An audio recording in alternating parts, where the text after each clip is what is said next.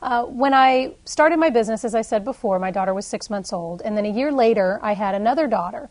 So I had 2 young children, and there's something about having 2 little kids that everybody expects that you're going to have a third, or wants to know when you're going to have your third. So people would always ask me, oh, when are you going to have a third child? I'd say, you know what? My business is my third child. It keeps me up at night, it takes all my money, and it sasses me back. And people would just laugh. They got that. They got the parallels. And I started to think, wow, there really are a lot of parallels. When I'd see people's reactions, they so got that. So I just started writing it down, kind of like you notice when you're trying to buy a Lexus and all of a sudden all you see are Lexuses on the road. That I saw all the parallels. So I started writing them down. And this was probably back in 2000 that I started writing it down.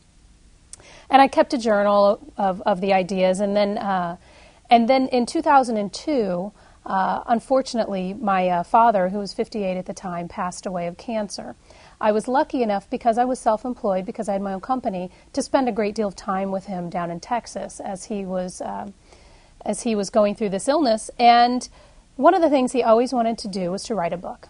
And I knew I had a book in me, and so that was one of the things that, in talking to my dad, I said, I'm going to write a book. And a quick interesting sidebar, he always wanted to write a children's book, and his children's book was about a duck called Howard. Well, if you look at the cover of my book, there's a duck on the cover. I had nothing to do with that duck being put on the cover. Wiley, my publisher, actually put the duck on the cover without ever hearing that story. So it's very special for me that it's actually my father that's on the cover of the book. But so when I came up with the organization, that's when things really started to flow. This was one of those shower aha moments when I had all my notes thrown together, and then I said, business is really like the same stages as being a parent. Deciding to get pregnant, labor and delivery, baby to toddler, preteen, teen years, and then letting go. And that's when I was able to throw everything into those buckets. So getting pregnant is like deciding to start your own business, deciding to start a family, deciding to start a business. You do nesting. When you're first starting a business, you go out and buy all your office supplies. I love that. Going to Home Depot and stocking up on sticky pads and pens. That just makes it feel real. Choosing a name. Choosing a name for your child is actually a lot easier than finding one for your business, because in a business, you can't have it like anybody else. There's a couple of other Sydneys out there in the world, even though that's my daughter's name, but I had to make sure that Applied Creative Technologies and Path Forward International, which is my company now, those had to be unique.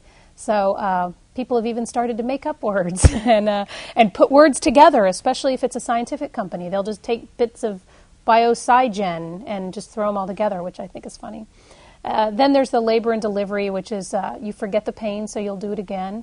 I've experienced that as I start up my second business, or third business actually, and I forgot how much I hate doing accounting and why I outsourced that early, and I'm ready to outsource it again already, but I forgot about it. So I said, I'll do this again. On through the sleepless nights with both baby and business, teaching your business to go on its own, to walk, to eat, all the way through the preteen years when you start, you realize that you want to let them make some of their own mistakes, that you don't want to discipline in anger, and then letting go when you actually let your business go. I interviewed Paul Silber with In Vitro Technologies, and as he sold his business, and the emotions were very similar to sending a child off to college. So the parallels just seem to make sense.